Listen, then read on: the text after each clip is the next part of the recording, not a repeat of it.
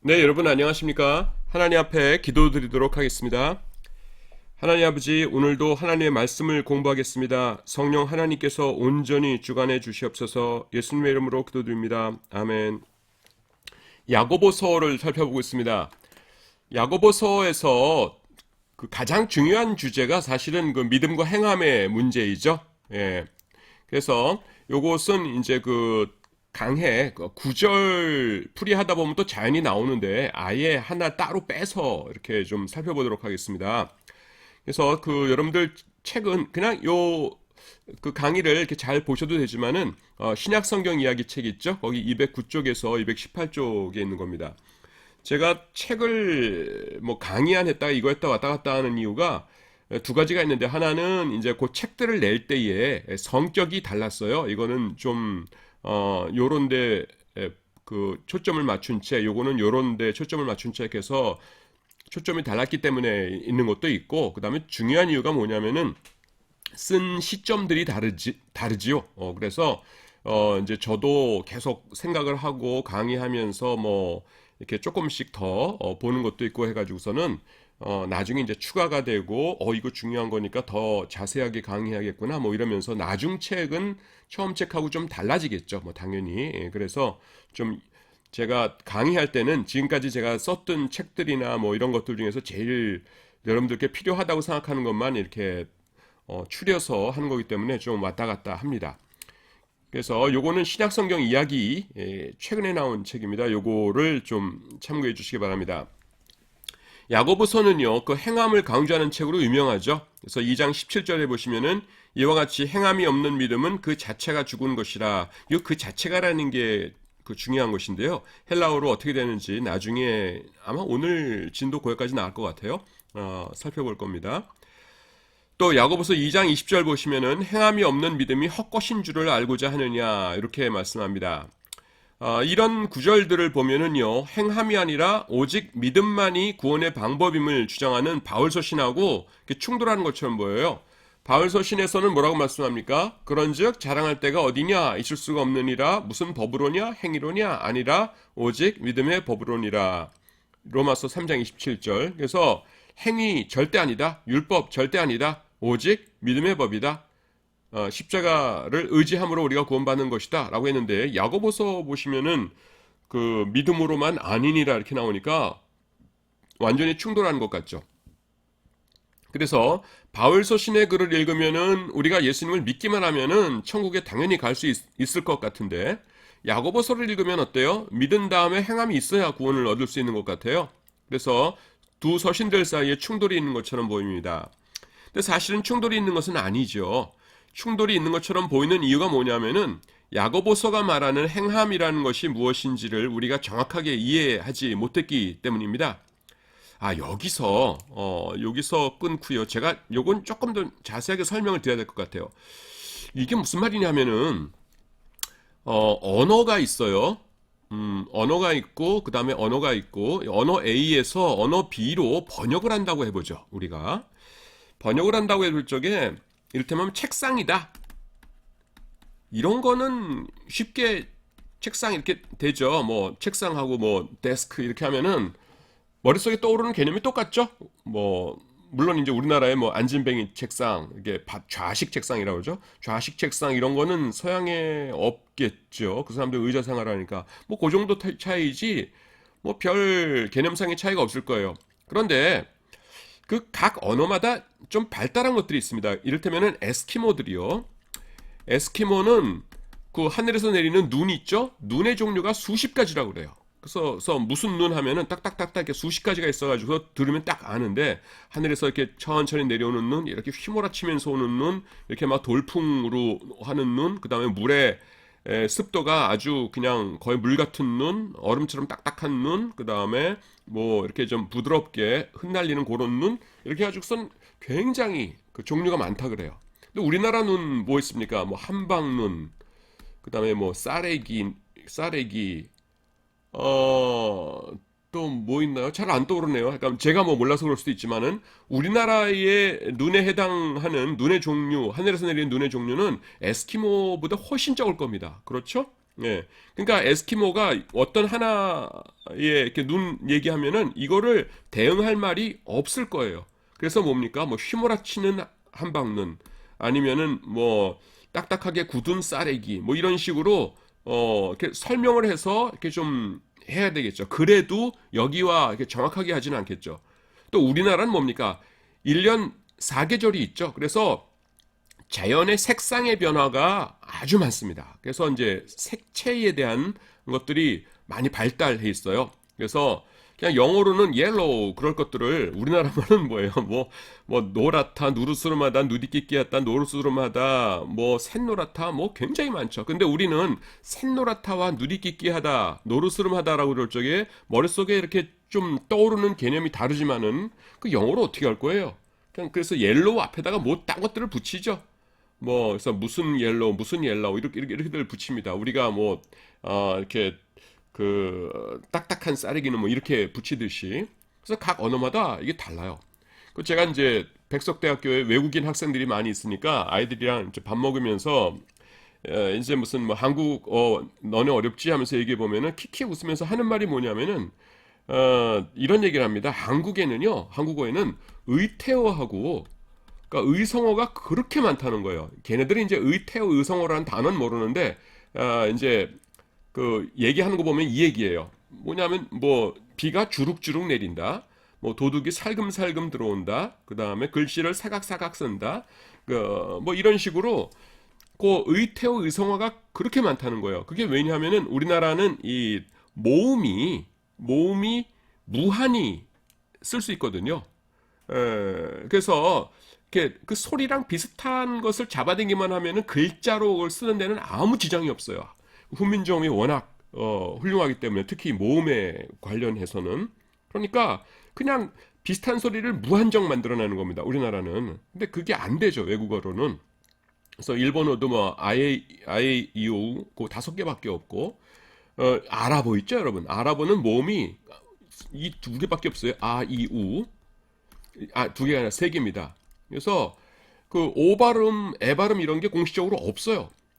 그 사람들 그 보면은 저도 그냥 조금 공부하다 말하는데 그래서 전 세계에서 우리나라를 다 코리아라고 부르는데 이 중동 지역 아랍어에서는 우리나라가 꾸리아입니다. 꾸리아.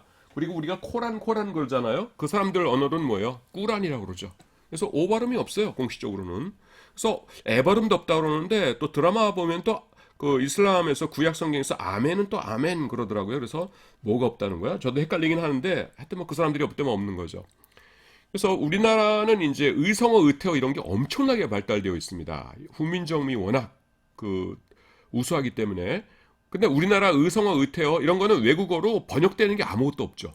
뭐 기껏해야 멍멍하면 바우와우. 그다음에 꼬끼요 하면은 영어로 코코두들두라고 그러죠. 코코두들두 뭐 이렇다는데 뭐 그런 거 몇 개 빼놓고는 뭐 주룩주룩 내린다. 뭐 사각사각 연필을 깎는다. 그거 어떻게 할 거예요? 그 없습니다. 하여튼 뭐 하여튼 한 언어에서 다른 언어로 이거를 그 번역을 할 적에는 완벽하게 번역하는 게 힘들다라는 것을 알아두어야 하는데요.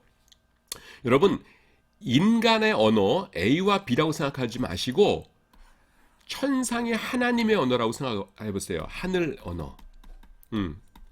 하늘 언어고 그 다음에는 여기가 인간 언어입니다. 그러니까 야고보서를 이해하기 위해서는 이 개념을 이해하셔야 돼요. 근데 하늘의 언어를 인간의 언어로 번역을 해야 되는데 어떤 것들은 그냥 고지곳대로 번역되는 것이 있겠죠.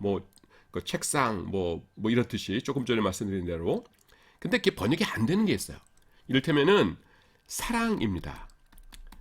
하늘나라에서 하나님의 사랑이라는 것은 뭔가가 존재하는데 인간들끼리에서는 하나님의 사랑을 나타낼 수 있는 단어가 없어요. 예. 그래서 그냥 제일 비슷한 걸 찾는 겁니다. 그래서 비슷한 걸 찾아가지고서는 뭐 이를테면은 뭐 아가페다 뭐다. 그러니까 우리나라 한국말로 사랑이라고 하죠. 사랑이라고 해봐요. 근데 정 없으니까 사랑이라고 했는데 인간의 언어에 속한 사랑이기 때문에 사람들은 이거로 번역을 해놓으면은 이 단어 기존에 사용하고 있던 거로 오해를 할 수가 있어요. 그래서 하나님께서 어떻게 하십니까? 성경 가운데서 사랑은 무엇이다 라고 명제로 말씀하시는 것이 아니라 하나님이 말씀하시는 그 사랑이 정말로 인간에게 가득 찼을 적에 어떤 현상이 발생하는가 하는 것을 쭉 보여주죠. 사랑은 오래 참고 사랑은 온유하며 사랑은 뭐하며 하면서 사랑은 뭐다라고 명제를 말씀하시는 것이 아니라 사랑이 가득 차면은 이렇게 되는 거야 라고 그 예들을 쭉 보여주십니다. 그래서 요거를 쭉 읽으면 뭐예요? 머릿속에 뭔가 떠오르죠. 근데 그 사랑은 뭐예요? 우리가 알고 있는 세상에서의 그 사랑은 아니에요. 이를테면은 우리의 사랑이라는 것은 다분히 감정적인 거거든요. 그렇죠. 나는 너에게 사랑을 느껴 그러면은 감정적인 것을 말하는 거죠. 근데 그 고린도전서 13장에서 말씀하시는 사랑이란 건 뭡니까? 거기 보시면은 오래 참고 뭐 이러면서 다분히 의지적인 것들이 많습니다. 또 알아야 할 수 있는 것들도 있고요. 그래서 지정의가 종합된 전인격적인 어떤 것이에요. 근데 우리가 인간들끼리 뭐 사랑한다, 너 나 사랑해, 이제 사랑이 식었네, 사랑은 움직이는 거야. 뭐 이럴 때의 사랑은 전인격적인 특히 그 지적인 것, 그 다음에 의지적인 것이 동원되는 그런 개념은 별로 없거든요. 근데 하나님의 사랑은 그런 것이에요. 여러분, 예수님께서 너희가 서로 사랑하라라고 명령하시죠. 사랑하라고 명령하시죠.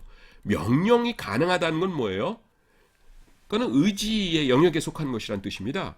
감정을 명령할 수는 없는 거예요. 울어. 너는 슬퍼해. 너는 기뻐해. 너는 그 얘를 좋아해. 그 감정을 명령한다는 건 그건 이상한 겁니다. 명령이 가능하다는 건 뭐냐면 그게 의지에 해당되는 거니까 가능한 거거든요. 그래서 하나님께서 하늘의 것을 인간의 것으로 이렇게 표현하시려면 하늘의 언어를 인간의 언어로 바꾸시려면은 인간이 딱 맞는 단어는 없어요. 그러면 제일 비슷한 거로 일단 번역을 하신 다음에 여기에 대해서 쭉 설명을 하시는 겁니다. 사랑이 나왔고요. 그 다음에 근데 우리가 지금 살펴보는 믿음도 그래요. 믿음도요. 이거는 전인격적인 하나님과의 관계를 말하는 거거든요. 그러니까 하나님이라는 인격자와 그 다음에 그 나라고 하는 인격자가 서로 신뢰하고 믿고 그러니까 내가 하나님을 의지하고 하나님께 순종하고 하는 전적 의탁 관계, 이걸 믿음이라고 그래요. 그건 전인격적인 겁니다. 근데 그래서 하나님께서 뭐로 하지 하면서 봤더니만 피스티스밖에 없는 거예요. 그래서 일단 피스티스로 번역을 하는데 인간의 피스티스는 뭡니까? 이건 그냥 그 지적인 동의 혹은 이런 거에 해당되거든요. 전인격적인 건 아니에요. 그래서 어떻게 말씀하셨어요? 히브리서 11장에다가 잔뜩 예를 들어 놓으시죠. 옛날에 진짜로 믿음이 있는 사람들이 있었단다. 그 사람들이 그 믿음이 들어가자 어떻게 했냐 하면서 믿음이 있었던 사람들이 행했던 예들을 30몇 명을 쭉 나열하십니다. 히브리서 11장에서. 그래서 그 사람들의 행적을 보면은 하나님께서 말씀하신 참된 구원받는 믿음이라는 것은 이런 것이구나 하면서 감을 잡는 거죠. 그래서요. 성경에서 믿음이다, 사랑이다 이런 것들이 있지 않습니까? 이것은 하늘의 뭔가가 이 단어로 번역되는 것이에요. 근데 우리가 흔히 사용하던 그 믿음, 그 사랑은 아니에요. 그래서 이런 것들은 성경에 제시하는 그 예들을 보면서 우리가 알아야 됩니다. 고린도서 13장에서 쭉 나오고요. 그 다음에 히브리서 11장에서 쭉 나오고. 그래서 명제적으로 이렇게 설명을 하시지 않잖아요. 사랑은 이것이다 이러지 않잖아요. 믿음은 이것이다 그런 거 없어요. 11장 1절 있잖아요. 어떤 분이 마음속으로 올 텐데 믿음은 바라는 것들이 실상이요 보지 못하는 것들이 증거니 선진들이 이로써 증거를 얻었느니라. 이게 믿음의 정의가 아니에요, 여러분. 자, 길 가는 사람 붙들어 놓고서요. 자, 지금부터 말씀드리는 것이 무엇인지 여러분 그 말씀해 보시기 바랍니다. 바라는 것들의 실상이요 보지 못한 것들의 증거입니다. 유대 민족의 조상들이 이것으로 증거를 얻었습니다. 이것이 무엇일까요? 그러면은 길 가던 사람이 한참 논리적으로 생각해 보더니 지금 말씀하시는 걸 들으니 그것은 믿음이군요. 이럴 사람이 있겠습니까? 아무도 없죠. 그거는 정의를 말하는 것이 아니에요. 자, 하늘나라의 언어를 그냥 제일 비슷한 것으로 한 것이 믿음, 사랑 이런 것들이다라는 것에 대해서 하나만 더 말씀드릴게요.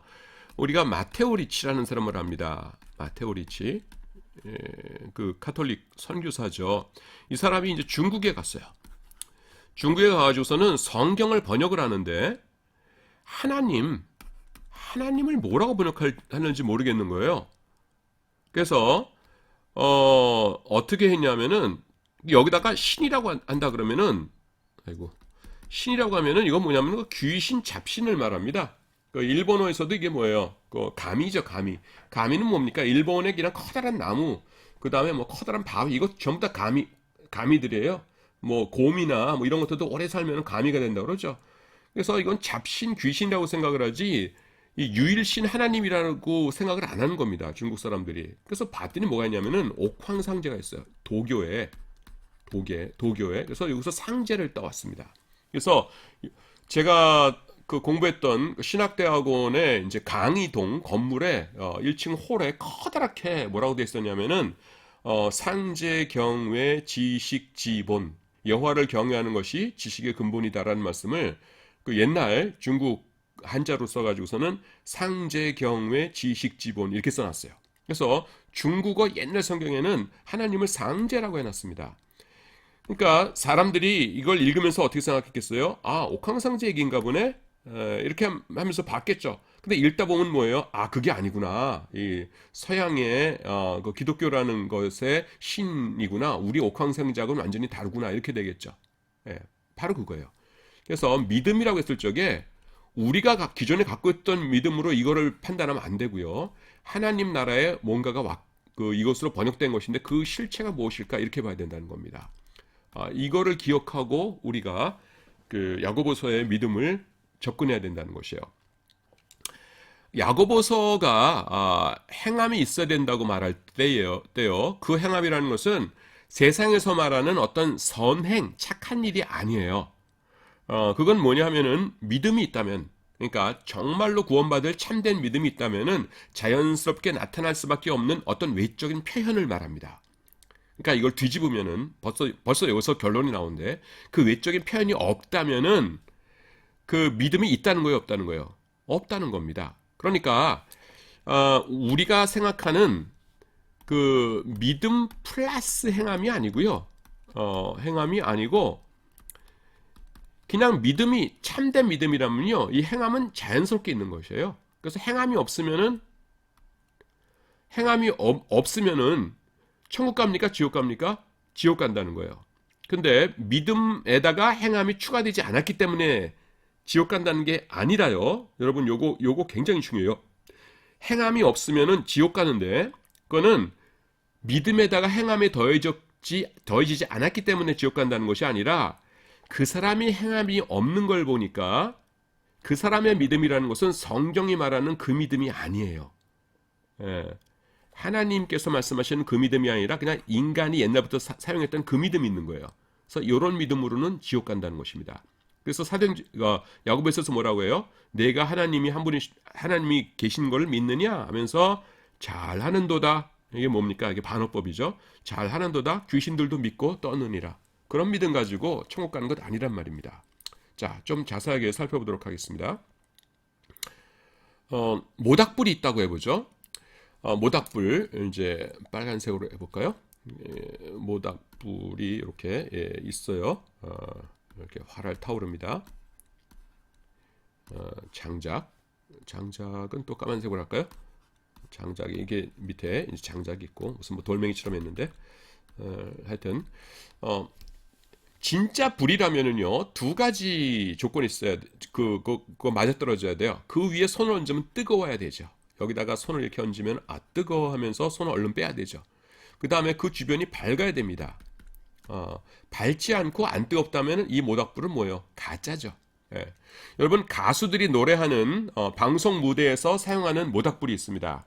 그것은 뭐예요? 밑에 이렇게 그 선풍기 같은 팬이 돌아가고 그 다음에 위에 비닐루에다가 이렇게 비닐루가 펄럭거리는데 여기다가 모닥불을 이렇게 그려놓은 거죠. 이렇게. 예. 그래서 그 방송에서 보면 이게 막 팔락팔락거리니까 진짜 불타는 것 같은데 사실은 뭐예요? 그냥 비닐이죠, 비닐. 그 손 위에 올려놓은 뭐예요? 뜨겁기는커녕 시원하겠죠. 그 다음에 조명을 끄면요 깜깜하겠죠. 왜 그래요? 진짜 불이 아니기 때문입니다. 무슨 말이냐면은 그 진짜 믿음은요 행함을 보인다는 거예요.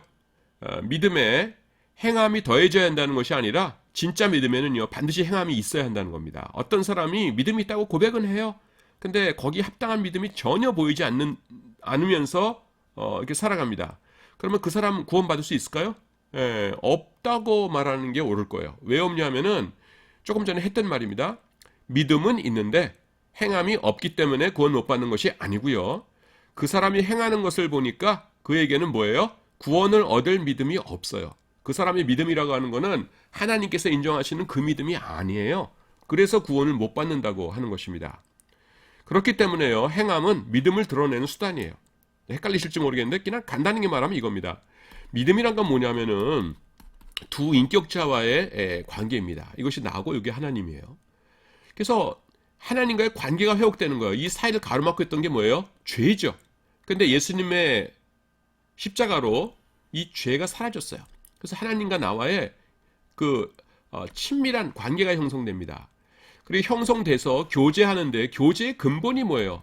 성경에 명확하게 나오죠. 여호와를 경외하라. 하나님과 우리와의 관계의 1차적인 것은요, 우리가 하나님께 대한 관계는, 하나님께서 우리에게 주시는 관계는 사랑이고요. 우리의 하나님과의 관계의 1차적인 것, 성경이 항상 요구하는 건 뭐냐면 경외하라는 겁니다. 경외가 뭐예요? 야레입니다. 야레. 지금 히브리어예요. 야레는 뭐냐면 그냥 두려워서 벌벌벌 떠는 겁니다. 하나님에 대한 1차적인 관계는요, 두려워 떠는 것이에요. 이것도 설교 나와야 되는데, 이게 뭐냐면은, 제가 여러분 잔소리 조금만 할게요. 사람마다 이제 제 나이 또래만 해도, 그러니까 60년대부터, 그러니까 저는 이제 모태신자니까 60년대부터 이제 교회를 기억하지 않습니까? 60년대 교회, 70년대 교회 이러면서. 근데 어렸을 때 교회와 지금의 교회가 차이가 뭘까? 뭐가 차이가 있길래 지금 이렇게 교회가 쭈그러들고 있을까? 이렇게 보면은 제가 느끼는 거는요, 뭐냐면은 하나님을 경외하는 것이 줄어들었어요. 그러니까 제 어렸을 적에 60년대, 70년대 교회는요, 그 무슨 뭐 전도 폭발 훈련 같은 것도 없었고, 그 다음에 목사님들이 뭐 헬라어 하시는 분, 그 히브리어 하시는 분 몇 분이나 됐겠어요? 별로 없으셨고, 그렇지만은 뭐가 있었냐면은 교회 가면은 어르신들이 하나님을 두려워하는구나 하는 것이 느껴졌어요. 예배 가운데 하나님 앞에서 두려워하면서 마음을 여미고 두렵고 크신 하나님 앞에서 우리가 죄인들이 예배드린다고 하는 그 분위기가 있었어요. 저도 꼬꼬마 시절이니까 설교를 알아듣고 했진 못했지만은 어렸을 때 그런 것이 있었어요. 그리고 나는 개인적으로 그것이 싫은 게 아니라 참 좋았어요. 하나님 계신데 내가 바짝 긴장해야 되는구나 하면서 그게 좋았어요. 그게 지금 생각해 보니까 하나님을 경외하는 즐거움이었어요. 그런데 요즘 교회 보면은요, 하나님을 경외하는 게 있나? 예배 시간에? 그러니까 우리의 그 하나님을 섬기는 생활의 피크가 뭡니까? 피크가 예배 시간이에요. 그렇죠? 예. 일상도 다 예배다 그렇지만은 하여튼 교회에 와서 예배 드리는 그 시간이 우리의 신앙생활의 피크인데, 그 예배 시간에 하나님을 경외함이 있는가? 너무 없는 것 같아요. 일단 그 설교 시간에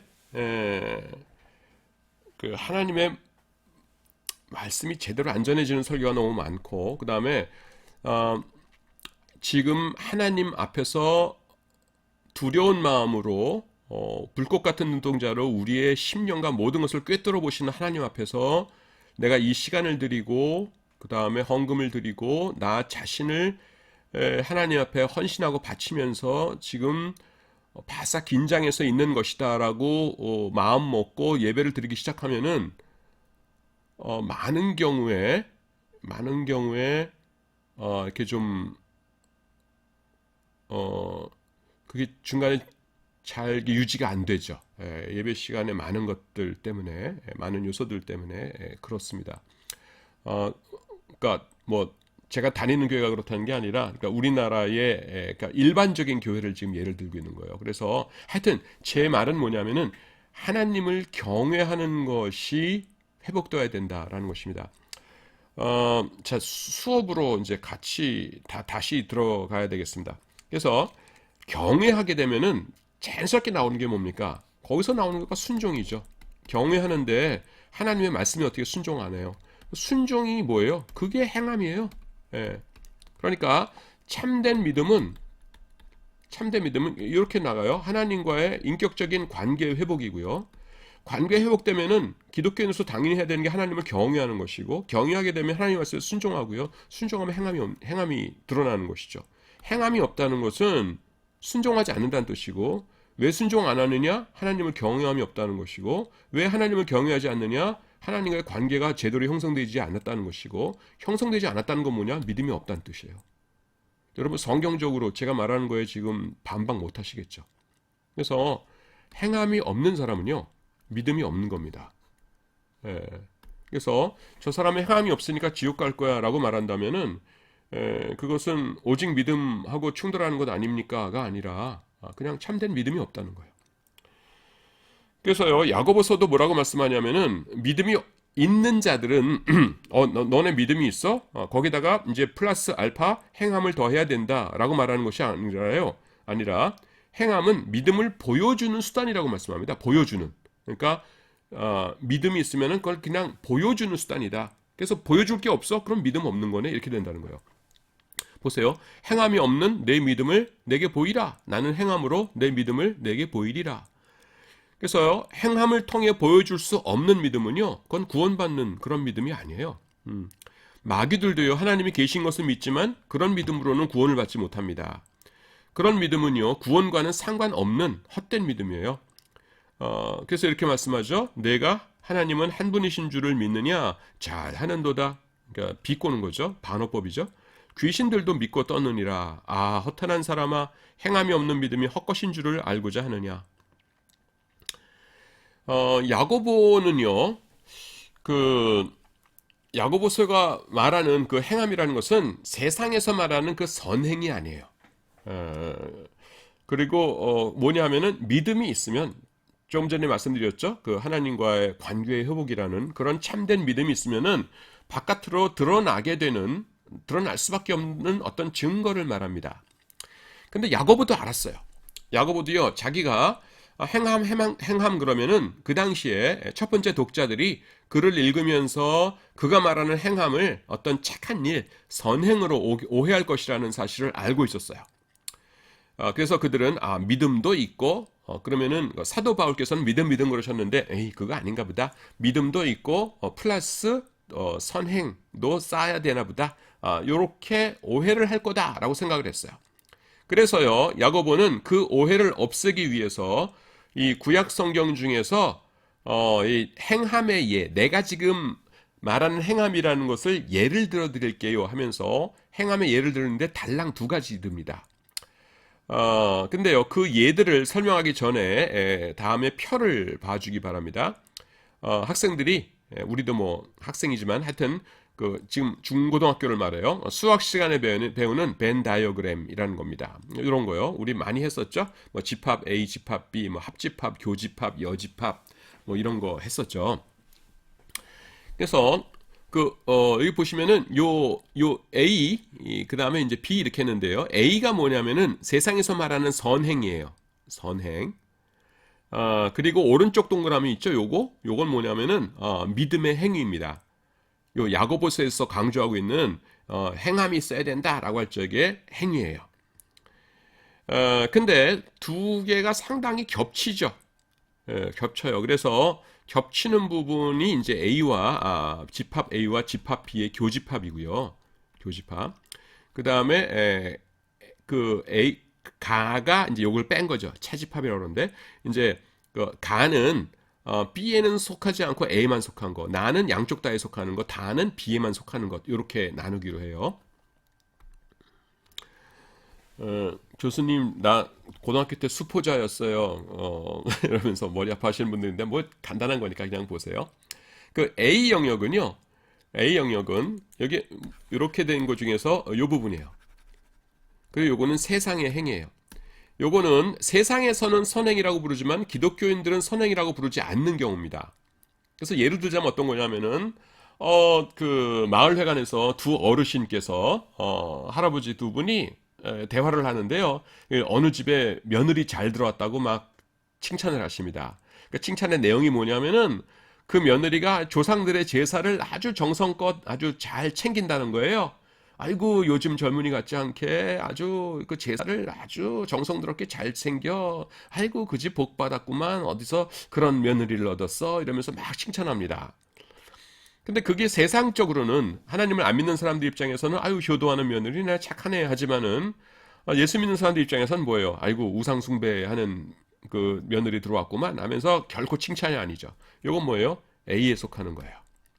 그 다음에 요 B는 뭐냐 하면은 세상에서도 좋은 일이라 그러고 그 다음에는 성경적으로도 좋은 일이에요. 뭐 무지하게 많죠. 이를테면은 부모님을 잘 공경한다. 세상에서도 훌륭한 일이고 성경에서도 내 부모를 공경하라 그러셨으니까요. 또 가난한 자들 뭐 도와주고 거짓말하지 않고 정직하게 성실하게 살고 뭐 이런 것들이요. 이건 세상에서도 칭찬하고 성경에서도 칭찬하죠. 이런 거는 굉장히 많을 거예요. B. 그 다음에 이제 C가 있는데요. 이건 뭐냐면은 교회에서는 칭찬하는데, 그러니까 성경적으로는 선행인데 세상에서는 선행 축에 들지 않는 겁니다. 이를테면은 어떤 것이 있을까요? 어떤 사람이 그 취직을 해가지고서는 박봉을 받으면서도 11조를 꼬박꼬박 하나님께 바쳐요. 그러면은 교회에서는 아유 그 청년이 벌써부터 11조를 이렇게 잘 바치고 아주 훌륭하게 될 청년일세 하나님께서 크게 이제 쓰시겠네 그러면서 우리끼리는 칭찬하지만은 세상 사람들은 뭐예요? 월급 받으면은 10분의 1씩 꼬박꼬박 교회에 갖다 바친대 그러면은 아유 불쌍해라 그 자기 목사한테 삥 뜯기고 있구만요 이러면서 뭡니까 그 칭찬 안 하겠죠.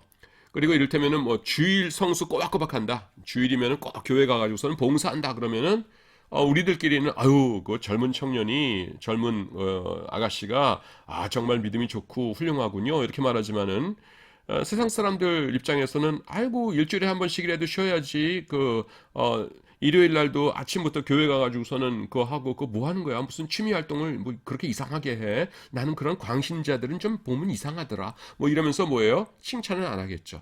그게 C예요. 다시 말씀드립니다. A, B, 요게 A, 요게 B, 요게 C예요. 그런데 야고보서가 말하는 행위가요. 일반적으로 세상에서 말하는 선행을 뜻하는 것이라면은 그러니까 야고보서가 믿음으로만 아니니라라고 말할 적에 그 행위라는 것이 믿음도 있고 플러스 알파로 선행도 많이 쌓아야 된다라는 것이라면은요. 뭐를 했겠어요? 아이고 내가 ABC라고 했구나. 이게 가나다로 돼 있었죠. 가나다. 나에서 예를 들었겠죠. 나. 성경에 뭐 엄청 많죠. 뭐 이를테면은 구약에서 착한 며느리 룻 효도의 표본 아닙니까? 그 다음에 요나단과의 약속 지키기 위해서 그 아들에게 선행을 베풀었던 다윗 왕 이야기. 이게 정치적으로는 위험한 거거든요. 선왕의 그 핏줄을 살려둔 거니까 정치적으로는 바보 같은 일이에요. 그 불씨를 남겨두는 거니까. 근데 뭡니까? 그 의리를 지키기 위해서 하나님 앞에서 약속을 지키기 위해서 그 요나단의 아들 잘해주죠. 뭐 하여튼 뭐 굉장히 많을 겁니다. 여러분들 머릿속에 좀 다다닥 떠오르실 거예요. 근데 이 나를 예를 들었다면 어떻게 했겠어요? 사람들이 오해를 했겠죠. 그래 그럼 그렇지 믿음 플러스 좋은 일 해야 되는 거야 이렇게 해야 되겠죠. 그래서 이 야고보서에서는요 예가 어디서 나오냐면 요 다에서 나와요. 다. 그러니까 세상에서는 선행으로 안 치고 교회에서만 선행으로 치는 여기서 나옵니다. 그래서 극단적인 예를 뽑는데요. 아브라함과 라합의 예입니다. 근데 뭐예요? 여기 다 중에서도 오른쪽 끝에 가 있죠. 아브라함과 라합. 먼저 아브라함의 예를 보죠. 그 예가 뭐냐면은 아브라함이 아들 이삭을 모리아 땅의 산에서 제물로 바치려고 한 예입니다. 여러분 모리아 산 그러지 마세요. 성경에는 모리아 산이라고 안 나오고 모리아 땅에 있는 한 산 이렇게 나옵니다. 에덴 동산이라고도 안 나오죠. 에덴의 한 동산, 에덴의 동산을 창설하시고 이렇게 나오죠. 근데 우리가 그냥 에덴 동산, 모리아산 이러는데 정확하게는 그냥 모리아 땅에 있는 한 산 이렇게 나옵니다. 여기 보시면은 우리 조상 아브라함이 그 아들 이삭을 제단에 바칠 때에 행함으로 의롭다 하심을 받은 것이 아니냐 이렇게 말합니다. 이것은요 믿음의 눈으로 보면 매우 훌륭한 행함이죠. 여러분 아브라함이 이삭을 바치려고 했던 것이 왜 훌륭한 행함입니까? 왜냐하면요 부활 신앙이었어요. 부활 신앙. 하나님께서 아브라함에게 이삭을 주실 때 뭐라고 하면서 주셨어요? 내 씨로 말미암아 그 다음에 만민이 복을 받을 것이다 라고 말씀하셨죠. 근데 지금 이삭을 죽이라고 하세요. 그러면은 그 언약이 이루어질 수 있어요 없어요? 없죠. 살아 있어야 만민이 복을 받을 것 아니에요. 그러니까 죽이라고는 하시지만은 다시 살리실 것이라는 믿음이 있었던 것이에요. 그래서 히브리서 11장 보시면은 아브라함은 시험을 받을 때 믿음으로 이삭을 드렸으니 그는 약속들을 받은 자로 돼 그 외아들을 드렸느니라. 그에게 이미 말씀하시기를 전에 내 자손이라 칭할 자는 이삭으로 말미암으리라 하셨으니 그가 하나님이 능히 이삭을 죽은 자 가운데서 다시 살리실 줄로 생각한지라 이렇게 나오죠. 그래서 이게 부활의 믿음이었어요. 그래서 큰 믿음이었습니다. 잠깐 또 설명을 하자면은 이삭이 살아날 것을 구약에서 암시하는 거가 뭐냐면은 그 모리아 땅의 한 산 밑에 이르렀을 적에 하인들에게 여기 머물러라 라고 하면서 아브라함이 뭐라고 얘기하냐면요 우리가 갔다가 돌아오리라 하나님께 제사를 드리고 돌아오리라 이렇게 얘기합니다. 우리가 근데 돌아오리라 라는 그 동사 슈브 동사를 썼는데요 거기서 뭐냐면은 1인칭 복수로 나와 있어요. 그 히브리어로 보시면은 한글로 보면 그게 이제 잘 안 보입니다. 근데 우리가 돌아오리라 이렇게 되어 있습니다. 제가 창세기 22장 5절을 읽겠습니다. 창세기 22장 5절 이에 아브라함이 종들에게 이르되 너희는 나귀와 함께 여기서 기다리라 내가 아이와 함께 저기 가서 예배하고 우리가 너희에게 돌아오리라 하고 거기 보시면은 우리라고 나오죠. 근데 지금 아브라함은 지금 뭐 하러 가는 거예요? 이삭 죽이러 가는 거잖아요. 산꼭대기에 올라가서 이삭을 제물로 바칠 거잖아요. 그러면은 내가 돌아와야죠. 1인칭 단수. 근데 여기 뭐예요? 우리라고 나오죠. 그러니까 뭘 믿었다는 거예요? 하나님께서 내가 죽여도 다시 살리실 것이다 라는 걸 믿었다는 거예요. 그래서 안심하고 찌르려고 했죠. 그러니까 하나님께서 아브라함 하면서 말리시죠. 예. 예, 히브리어 원어를 보시면은 이렇게 돼 있어요. 저도 지금 보면서 베끼는 건데 나 슈바 나 슈바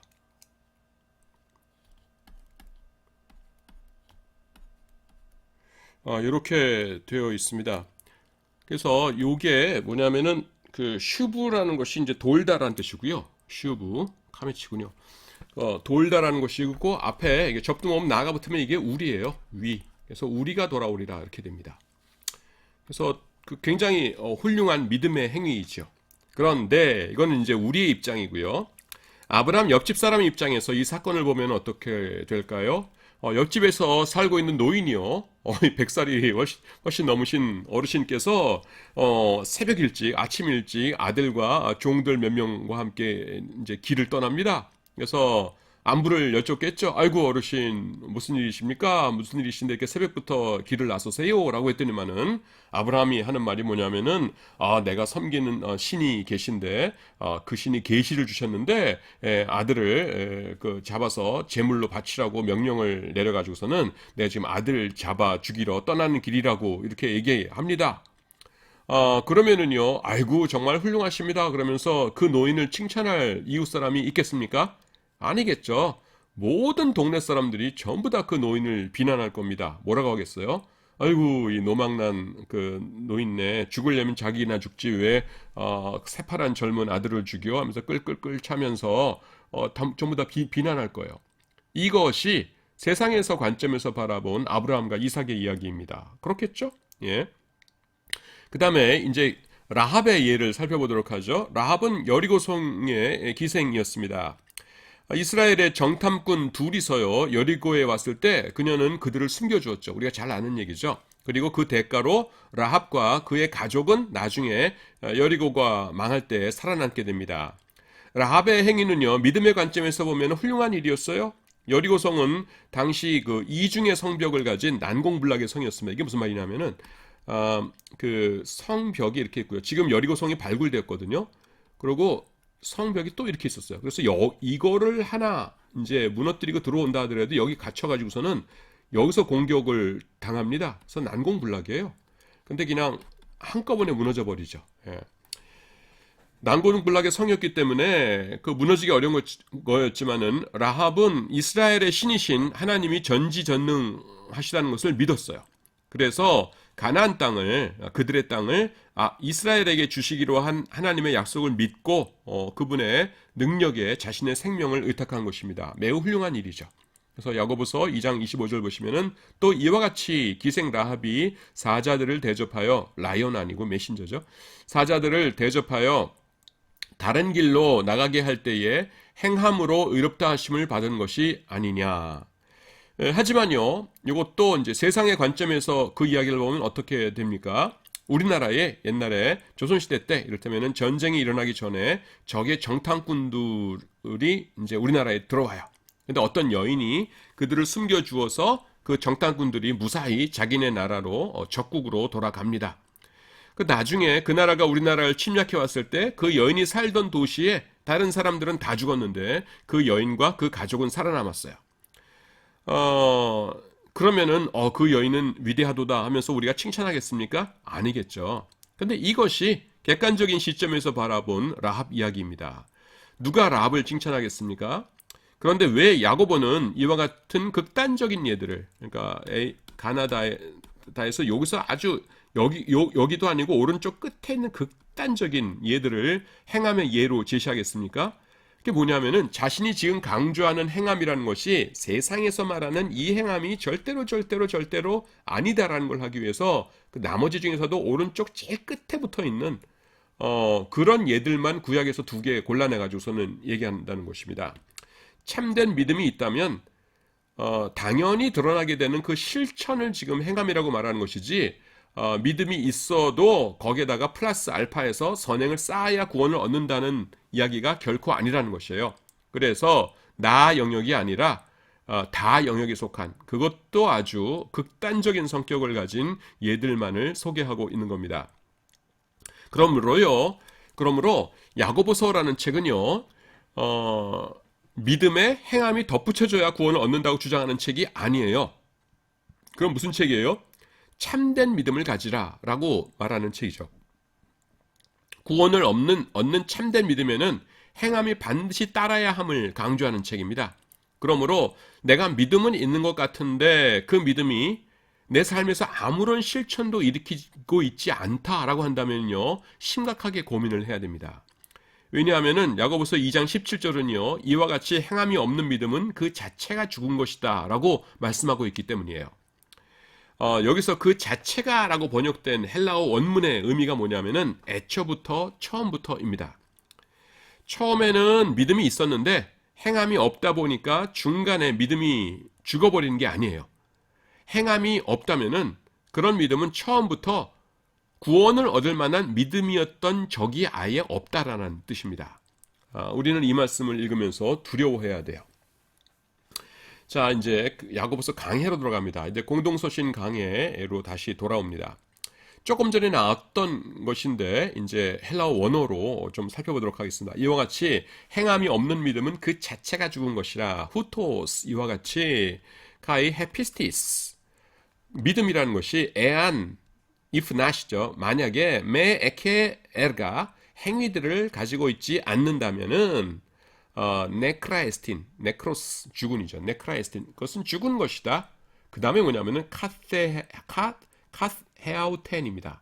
이것이 원래부터인데 이게 뭐냐면은 아예 처음부터 그 근본부터 이런 뜻이에요.